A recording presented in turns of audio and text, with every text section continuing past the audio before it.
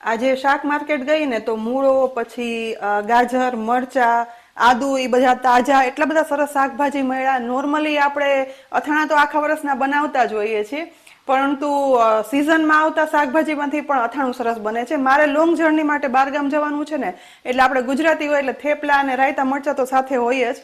તો થયું કે આ વખતે મરચાની સાથે બીજા અત્યારે ફ્રેશ જે વેજીટેબલ આવે છે એ પણ ઉમેરી અને બહારગામ લઈ જવા માટે નોર્મલી સચવાય એમનેમ જ ફ્રીઝ વગર તેવું એક અથાણું બનાવું. તો આજે થયું કે સાથે સાથે વિડીયો પણ ઉતારી લઉં, તો એ રીતે હું તમારી સાથે પણ શેર કરું છું, જેથી હું બહારગામ લઈ જઈ શકું અને તમે પણ ક્યાંય જતા હોય અથવા તમારે બારે રાખવું હોય ફ્રીઝ વગર તો પણ 1 મહિના સુધી સાચવી શકાય એવું મરચા સાથે મિક્સ વેજીટેબલનું અથાણું બનાવીએ. માર્કેટમાં મને આજે મોળા મરચા મળી ગયા. તો આ મરચા લઈ જે વજનમાં 250 ગ્રામ છે, તેમાંથી એક મરચાનો ડીટીયાનો ભાગ છે ને તે ચપ્પુથી અલગ કરી અને 4 ટુકડામાં કટ કરી લઈશ. આ મરચા છે ને તે મોળા જ છે, તેથી બીજ અને વેન ના કાઢીએ ને તો પણ ચાલે, પણ થોડો જાડો ભાગ હોય ને તો તે અલગ કરી લેવાનો. આ જ રીતે બધા મરચા સમારી લેવાના છે. હવે અહીં મેં 25 ગ્રામ આદુ લીધું છે. આદુ છે ને તેની છાલ કાઢી તેની લાંબી ચિપ્સમાં કટ કરી લઈશું. આદુનો સ્વાદ છે ને તે અથાણામાં ખરેખર સરસ આવે છે. અહીં પસંદ હોય ને તો આદુના સાવ નાના ટુકડા કરીને પણ ઉમેરી શકાય. હવે ગાજર લઈ તેની છાલ ઉખાડી લીધી છે. તો આ ગાજરમાં કઠણ ભાગ છે ને તેને અલગ કરી લાલ ભાગ અલગ કરી લેવાનો અને આ લાલ ભાગને લાંબી ચિપ્સમાં કટ કરી લઈશું. મીડિયમથી નાના ટુકડા પણ કરી લેવાના અને આ ટુકડાની અંદર પીળો ભાગ રહી ગયો હોય ને તો તે અલગ કરવાનો. એ પછી અત્યારે મૂળા તો એકદમ સરસ આવે છે, તો મૂળાનો પાનનો ભાગ અલગ કરી મૂળાની છાલ કાઢી લઈશું. અને અત્યારે ખૂબ જ સરસ મળતા આ મૂળા છે ને તે આપણે અથાણામાં તેનો ઉપયોગ કરીએ ને તો અથાણું ખરેખર સ્વાદિષ્ટ બને છે. જો ગાજર અને મરચાના અથાણામાં તમે મૂળાની કોઈ દિવસ ટ્રાય ના કરી હોય ને તો આ રીતે એકવાર જરૂરથી કરજો. અહીં હું હવે ધીમે ધીમે કરી ગાજર, મૂળા, મરચાં અને આદુના ટુકડા એકદમ સરસ વ્યવસ્થિત કટ કરી લઈશ. આમ પણ તમે જોજો શિયાળામાં મળતા શાકભાજીમાંથી તાજા અથાણા બનાવી અને ખાઓ ને એટલે એટલા બધા મીઠા લાગે ને કે ના પૂછો વાત. અહીં બધા લીધેલા વેજીટેબલ્સના ટુકડા એકદમ સરસ થઈ ગયા છે. એટલે હવે એક મોટું બાઉલ અથવા તો પોળું વાસણ લઈ તેમાં સમારેલા મરચાં ઉમેરશું, સાથે આદુ ઉમેરી દેવાનું અને ગાજર અને મૂળાના ટુકડા પણ ઉમેરી દઈશું. હવે આ સમયે તેની અંદર અડધી ટીસ્પૂન હળદર પાવડર અને 1 ટીસ્પૂન મીઠું ઉમેરી દેવાનું. સાથે અડધા લીંબુનો ઉપરથી રસ પણ નીચવી લઈશું. નોર્મલી આપણે અથાણું બનાવીએ ને ત્યારે શાકભાજીની અંદર હળદર અને મીઠું તો આપતા જ હોઈએ છીએ, પરંતુ થોડું એવું લીંબુ નીચવીએ ને તો આ શાકભાજી છે ને તે કલરમાં કાળા નહીં પડે, ફ્રેશ રહેશે અને કલર એવો સરસ જળવાઈ રહેશે. હવે આ ઉમેરેલી ત્રણેય વસ્તુને વ્યવસ્થિત વેજીટેબલ્સમાં મિક્સ કરી દઈશું. બધા ટુકડામાં સરસ હળદર અને મીઠું ચડી જાય ને એ પછી ઢાંકણ ઢાંકી માત્ર અડધીથી પોણી કલાક માટે એમ જ રાખી દેવાના છે, જેથી પાણી છૂટી અલગ પડી જાય. એ દરમિયાન આ અથાણાનો એક અલગ જ પ્રકારનો મસાલો બનાવવા માટે અહીં મેં ગેસની લો ફ્લેમ પર ગરમ થતી પેનમાં 2 ટીસ્પૂન આખા સૂકા મેથી દાણા ઉમેરી દીધા. સાથે 2 ટીસ્પૂન કાળી રાઈ, 2 ટીસ્પૂન પીળા કલરની સરસો એટલે કે પીળી રાઈ ઉમેરવાની છે. જો પીળી રાઈ ના મળે ને તો તેના બદલે કાળી રાઈનું પ્રમાણ વધારી દેવાનું. તેની સાથે 1.5 ટીસ્પૂન જેટલી વરિયાળી ઉમેરશું, 1.5 ટીસ્પૂન સૂકા ધાણા ઉમેરવાના અને 1 ટીસ્પૂન આખું જીરું પણ ઉમેરી દેવાનું. એ સાથે 1 ટીસ્પૂન જેટલા કાળા મરી પણ ઉમેરશું. બસ ગેસની સાવ લો ફ્લેમ પર ધીમે ધીમે કરી મિક્સ કરતા જઈ આ બધા મસાલાને શેકવાના છે, જેથી તેમાંથી કચાશ દૂર થઈ જાય અને તેની ફ્લેવર છે ને તે ઉભરી અને બહાર આવે.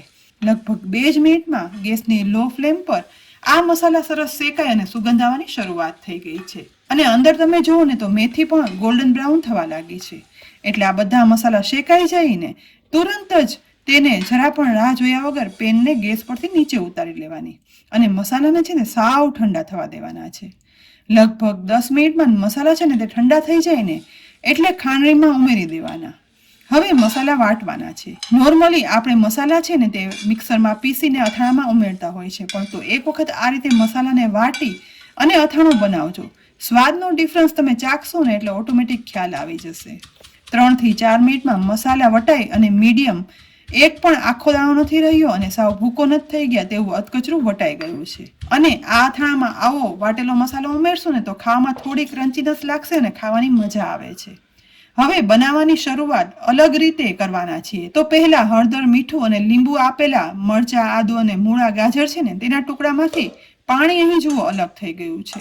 તો આ બધું પાણી સાવ અલગ કરવા માટે ચાળણીમાં બધું મિશ્રણ ઉમેરી દઈશું, જેથી વેજીટેબલ્સમાં પાણી બધું છૂટું પડ્યું હતું ને તે ગળાઈ જાય. અને એ પછી થોડી વાર મસાલો બનાવીએ ને એટલા પૂરતા તેને સાઈડમાં રાખી દેવાના છે, એટલે બધું પાણી નીતરી થોડા એવા કોરા થઈ જશે. તેને કાપડ પર ફેલાવી અને છૂટા કરવાની જરૂર નહીં પડે. એ દરમિયાન આથાણાનો મસાલો બનાવવા માટે ગેસની મીડિયમ ફ્લેમ પર ગરમ થતી પેનમાં અડધો કપ અને સ્પૂન પ્રમાણે 6 ટેબલ સ્પૂન તેલ ગરમ કરવા માટે ઉમેરી દઈશું. આ સમયે સાથે હિંગ ઉમેરી દઈશ. અહીં જુઓ, હિંગ વઘારમાં ઉમેરતા તુરંત જ તે સતરાઈ ઉપર નથી આવતી. બસ તેના ઉપરથી તમને તેલનું ટેમ્પરેચર ખ્યાલ આવી જશે કે સાવ સહેજ જ તેલ ગરમ કરવાનું છે. ગેસની ફ્લેમ લો જ રાખતા વાટેલો મસાલો છે ને ટેબલ સ્પૂન પ્રમાણે હું અહીં ઉમેરીશ. તો અહીં જુઓ, ધીમે ધીમે કરી મેં 3.5 ટેબલ સ્પૂન મસાલો છે ને તે આ તેલમાં ઉમેરી દીધો છે. હવે ચલાવતા જઈ અને મિક્સ કરવાનો છે. લગભગ અડધો મિનિટમાં જ આ મસાલા સાતળ્યા પછી હવે સાથે સાથે તેમાં 1/4 ટીસ્પૂન હળદર પાવડર આ સતળાતા મસાલામાં ઉમેરી અને મિક્સ કરી સાતળશું. અહીં કિનારીથી તમે જુઓ તેલ જરા એવું ગરમ થવાની શરૂઆત થાય છે. આ સમયે ગેસની ફ્લેમ છે ને તે બંધ કરી દેવાની. ફરીથી પેનને ગેસ પર જ રાખી તેમાં બાકીના મસાલામાં 3/4 ટીસ્પૂન મીઠું ઉમેરી દઈશું. મીઠું આપણે શાકભાજીમાં ઉમેરેલું જ છે, પરંતુ આ અથાણું આપણે બહાર રાખવાનું છે ને એટલે મીઠાનું પ્રમાણ છે ને તે થોડું વધારે જ રાખવાનું. સાથે સાથે કોરા કરેલા મૂળા, ગાજર, મરચાં અને આદુ છે ને તે પણ ઉમેરી દઈશું. ઉપરથી 1/2 ટેબલ સ્પૂન લાલ મરચું પાવડર ઉમેરશું અને અડધી ટેબલ સ્પૂન આમચૂર પાવડર ઉમેરવાનો છે, જે આપણે ખટાશ માટે ઉમેરીએ છીએ. અહીં જો આમચૂર પાવડર ના ઉમેરવું હોય ને તો વિનેગારનો યુઝ કરવો હોય ને તો અથાણું બની જાય ને એ પછી છેલ્લે ઉમેરવાનો, જે 1/4 કપ ઉમેરશું. હવે બધું મિક્સ કરવાનું છે. ગેસની ફ્લેમ આ સમયે ફરીથી ઓન કરી દઈશું અને સાવ ધીમી કરી દેવાની. મસાલા અને અથાણામાં માત્ર 1 જ મિનિટ ધીમી ફ્લેમ પર રાખીને સાતળવાના છે. આ એક અલગ પ્રોસિજર છે, પણ આ રીતે શું થશે કે પીસેલા મસાલા ઉપરથી ઉમેરેલું લાલ મરચું પાવડર અને મીઠું છે ને તે સહેજ એવું સતરાય અને બેસી જશે, અને સતરાયેલા મસાલા આ કાચા શાકભાજી ઉપર એક યુનિક ટેસ્ટ આપશે. બસ 1 જ મિનિટ મિક્સ કર્યા પછી અથાણું તૈયાર થઈ ગયું છે. તો ગેસની ફ્લેમ બંધ કરી તેને નીચે ઉતારી લેવાના છે. અહીં ઉમેરેલા ગાજર, મોળા મરચા, મૂળા અને આદુ છે ને તે જરા પણ ગરમ નહીં હોય એવા ઠંડા હશે, અને સાથે મસાલા છે ને તે સહેજ એવા સતળાઈ ગયા હશે. બસ બધું ચલાવી પેન ગરમ છે ને એટલે સહેજ મિક્સ કરશું, અને સાથે સાથે આ સમયે 1 કે 2 લીંબુના એકદમ નાના ટુકડામાં સમારી અને ઉમેરી દેવાના છે અને મિક્સ કરવાનું. અહીં જો વિનેગર ઉમેરવું હોય ને તો આ સમયે ઉમેરવાનું અને લીંબુ નહીં ઉમેરવાનું, પરંતુ આ રીતે લીંબુ ઉમેરવાથી તે પ્રિઝર્વેટિવનું કામ કરે છે, થોડી ખટાશ પણ આવશે, અને અથાણું છે ને તે લાંબા સમય સુધી નોર્મલ રૂમ ટેમ્પરેચર પર એક જ સ્વાદનું અને સારું રહે છે. તો એકદમ સ્વાદિષ્ટ નવા મસાલા સાથે બનેલા આ અથાણાને એરટાઇટ કાચના જારને તડકે તપાવી પછી તેમાં અથાણું ભરી લેવાનું છે.